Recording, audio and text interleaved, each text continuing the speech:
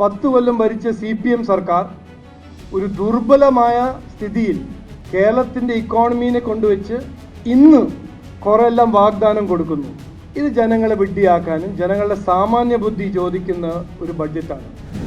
കോൺഗ്രസ് 10 കൊല്ലം ഇന്ത്യയിൽ ചെയ്തത് CPM കേരളത്തിന് ചെയ്തു. 10 കൊല്ലം എല്ലാം ശരിയാവും എന്ന് പറഞ്ഞ മുഖ്യമന്ത്രി ഇന്ന് നാടിൻ്റെ ഇക്കോണമി തകർന്നു വെച്ചിരിക്കുക.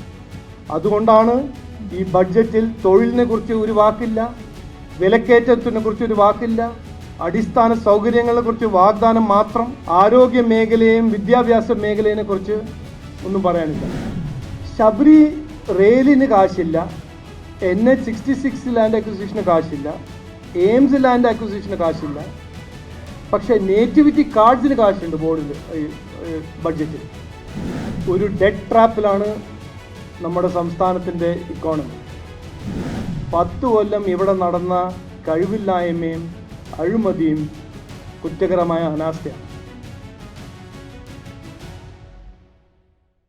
നമസ്കാരം. രണ്ടാം പിണറായി സർക്കാരിൻ്റെ അവസാന ബഡ്ജറ്റ് ഇക്കഴിഞ്ഞ ദിവസമാണ് അവതരിപ്പിച്ചത്.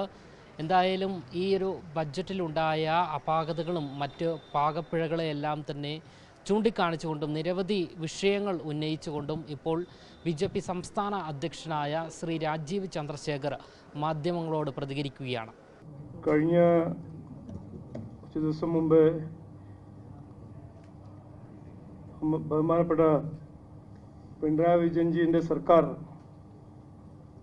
അവർ അവസാനത്തെ ഒരു ബഡ്ജറ്റ് പ്രഖ്യാപിച്ചു, അത് മുമ്പോട്ട് വെച്ചു. അതിനെക്കുറിച്ച് ഇന്ന് കുറച്ച് കാര്യങ്ങൾ പറയാനുണ്ട്.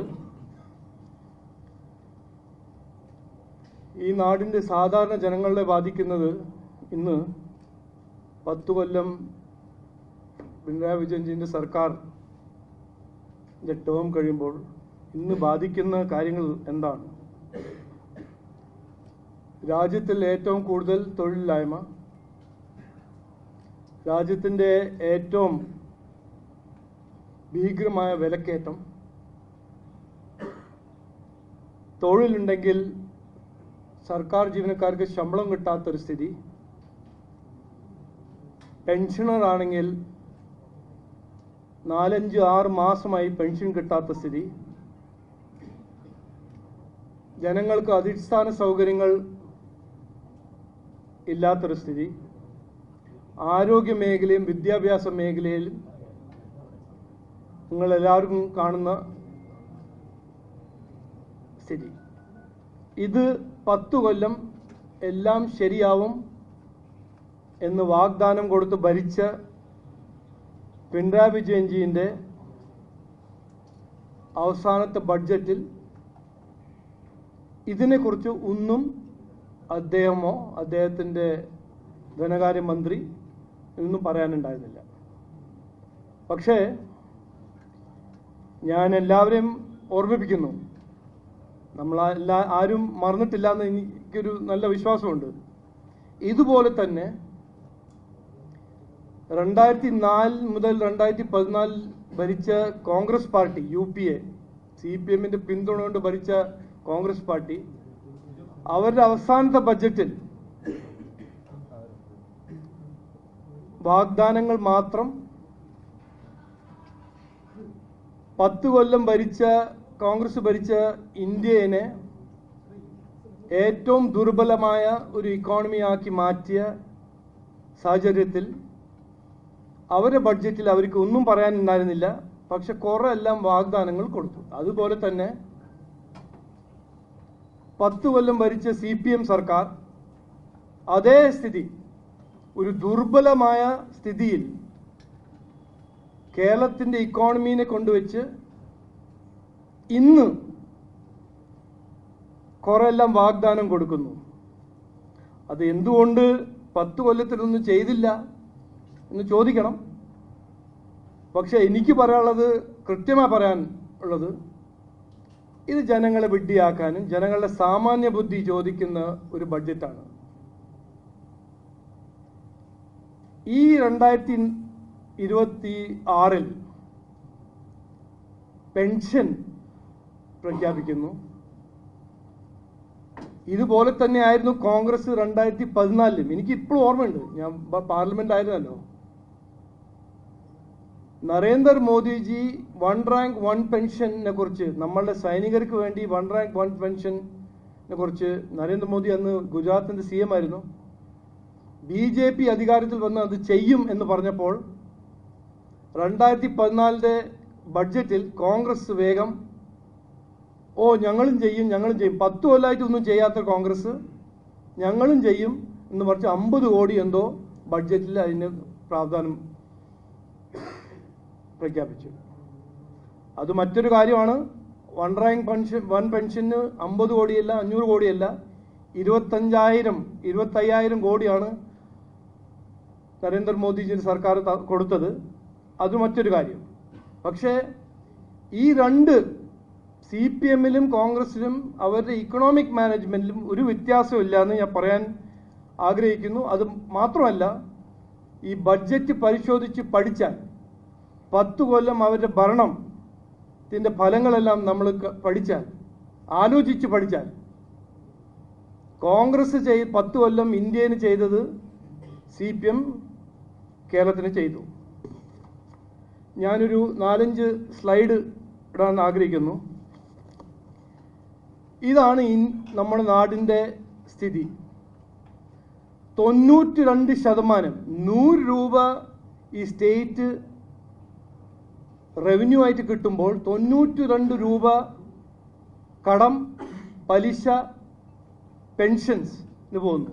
8% മാത്രമാണ് വികസനത്തിന് വേണ്ടി ഈ സ്റ്റേറ്റ്. ഇതാണ് സ്ഥിതി, നമ്മുടെ രാജ്യത്തിൻ്റെ സ്ഥിതി, സംസ്ഥാനത്തിൻ്റെ സ്ഥിതി. ഞാൻ ആദ്യം പറഞ്ഞ കാര്യം ഇന്നും പറയുന്നു.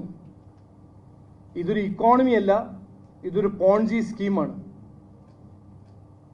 ഒരു സ്ഥലത്ത് കാശ് ആവശ്യമുണ്ടെങ്കിൽ മറ്റൊരു സ്ഥലത്ത് നിന്ന് എടുക്കുക.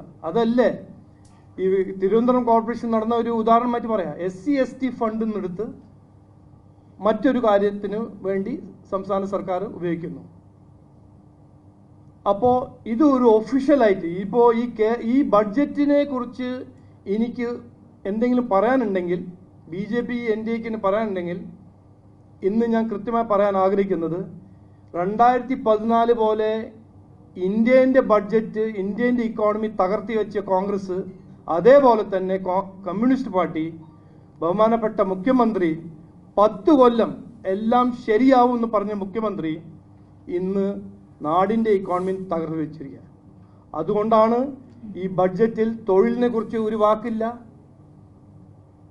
വിലക്കയറ്റത്തിനെ കുറിച്ച് ഒരു വാക്കില്ല, അടിസ്ഥാന സൗകര്യങ്ങളെ കുറിച്ച് വാഗ്ദാനം മാത്രം, ആരോഗ്യ മേഖലയെയും വിദ്യാഭ്യാസ മേഖലയെ കുറിച്ച് ഒന്നും പറയാനില്ല. Next slide. ഇതാണ് സ്ഥിതി. ഇതിനെക്കുറിച്ച് സർക്കാരിന് പറയാൻ, ഇത് ഡബിൾ ആയിട്ടില്ല. ഇതൊരു അച്ചീവ്മെന്റ് ആണോ? 5 ലക്ഷം കോടി കടം 3.5 കോടി ജനങ്ങളുടെ തലയിലൊരു കെട്ടിവെച്ചിരിക്കുന്ന സ്ഥിതിയാണ്. പെർ ക്യാപിറ്റ അത് എന്താണെന്ന് നിങ്ങളൊന്ന് കാൽക്കുലേറ്റ് ചെയ്ത് നോക്കൂ.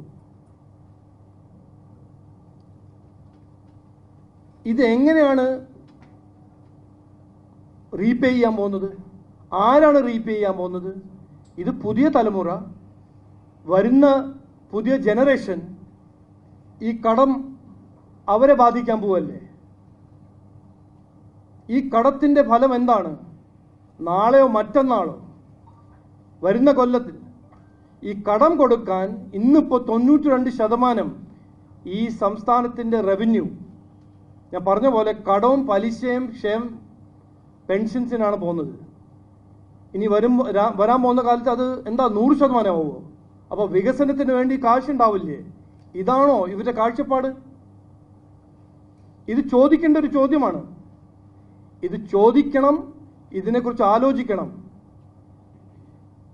92% ഇന്ന് നമ്മൾ ഓരോരോ രൂപ റവന്യൂ കിട്ടുന്ന 100 രൂപേന് 92 രൂപയാണ് പലിശയ്ക്കും കടത്തിനു വേണ്ടി പെൻഷൻസിന് വേണ്ടി കൊടുക്കുന്നത്.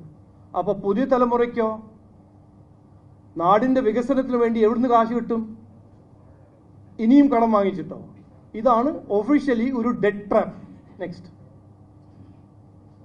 പിന്നെ ഇതിപ്പോൾ ഇലക്ഷൻ്റെ 60 ദിവസം മുമ്പേ ഒരു ബഡ്ജറ്റ് അല്ലേ, അപ്പോൾ എന്തെങ്കിലും പറയണ്ടേ? വേറൊന്നും പറയാനില്ല. തൊഴിലിനെ കുറിച്ച് പറയാനില്ല, വിദ്യാഭ്യാസത്തിനെ കുറിച്ച് പറയാനില്ല, ആരോഗ്യ മേഖലയെ കുറിച്ച് പറയാനില്ല, വിലക്കയറ്റത്തെ കുറിച്ചും പറയാനില്ല. അപ്പോൾ എന്താ പറയേണ്ടത്? സെൻട്രൽ ഗവൺമെൻറ് കാശ് തന്നിട്ടില്ല. ഇത് ആരെ വിഡ്ഢിയാക്കുന്നത്? ഇതല്ലേ സത്യം? 460% ഇൻക്രീസ്. നെക്സ്റ്റ്. ടാക്സ് ഡിവോൾവ് ആവുന്നില്ല. ഇത് മറ്റൊരു ജനങ്ങളുടെ ശ്രദ്ധ തിരിക്കാൻ. എന്താണ് സത്യം? 10 കൊല്ലം കോൺഗ്രസ്, CPMന്റെ പിന്തുണ കൊണ്ട് കോൺഗ്രസ് ഭരിക്കുമ്പോൾ 46,000 കോടിയായിരുന്നു ഡെവല്യൂഷൻ. 1,50,140 കോടിയാണ് കഴിഞ്ഞ 10 കൊല്ലം നരേന്ദ്രമോദിന്റെ സർക്കാർ ഡിവോൾവ് ചെയ്ത ഫണ്ട്സ്. 10 കൊല്ലം ബഹുമാനപ്പെട്ട മുഖ്യമന്ത്രി 22 ലക്ഷം കോടി ചെലവാക്കിയിട്ടുണ്ട്. 22 lakh crores. അത് എങ്ങോട്ട് പോയി?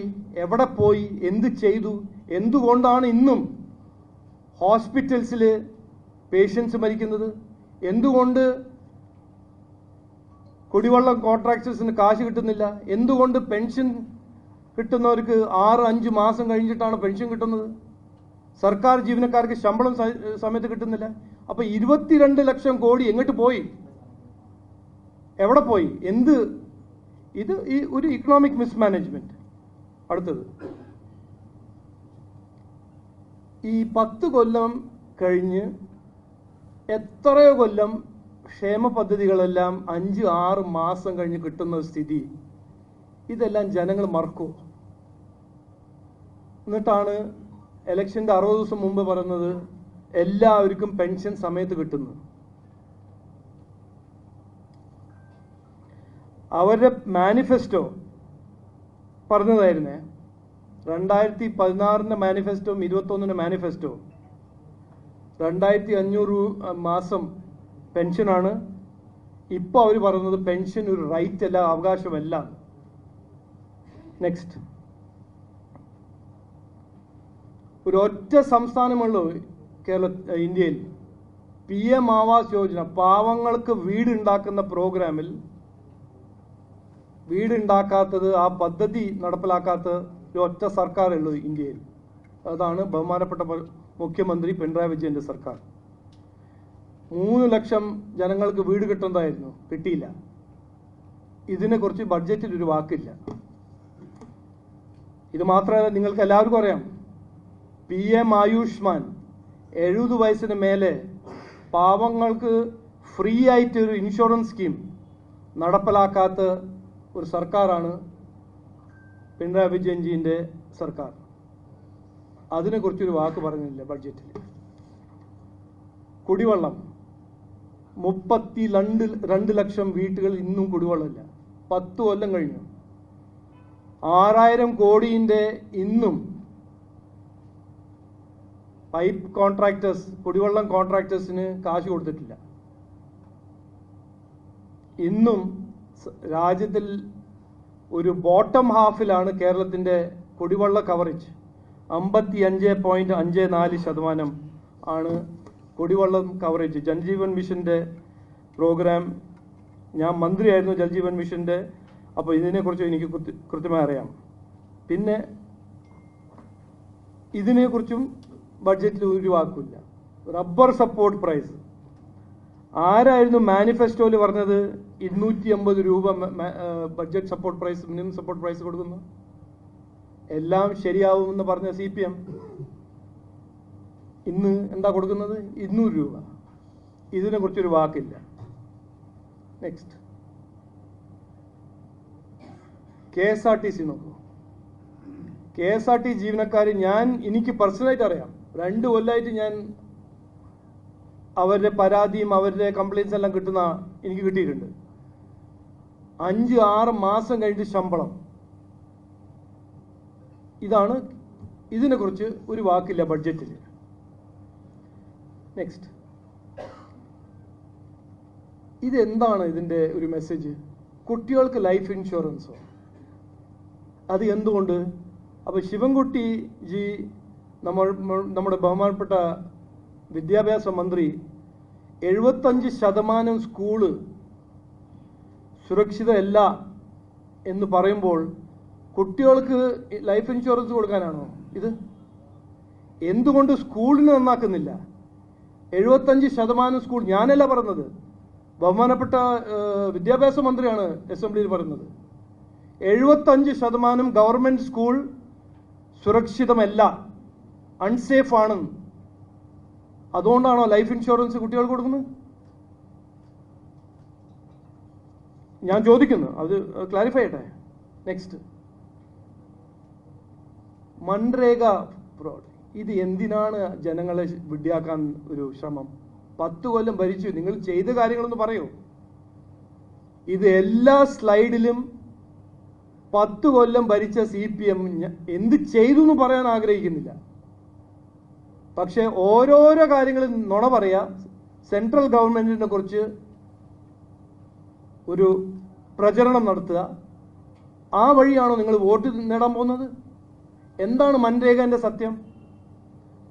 മൻരേഗ ഒരു ശരിക്കൊരു ബെനിഫിഷ്യറിക്ക് മൻരേഗ VB രാംജി ഗുണം ചെയ്യുന്നു.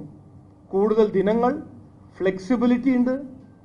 പിന്നെ ഏറ്റവും പ്രധാനപ്പെട്ട, അവർക്ക് ഡയറക്റ്റായിട്ട് കാശ് അവരുടെ അക്കൗണ്ടിൽ കിട്ടും. ഇങ്ങനത്തെ ഫ്രോഡ് നടക്കില്ല. കേരളത്തിൽ നടന്ന ഫ്രോഡ്, മൻരേഗന്റെ പേരിൽ നടന്ന ഫ്രോഡ് നിങ്ങൾ എല്ലാവർക്കും അറിയാം. 1000 കോടിക്കണക്കിലാണ് ഫ്രോഡ് നടത്തിയിരിക്കുന്നത്.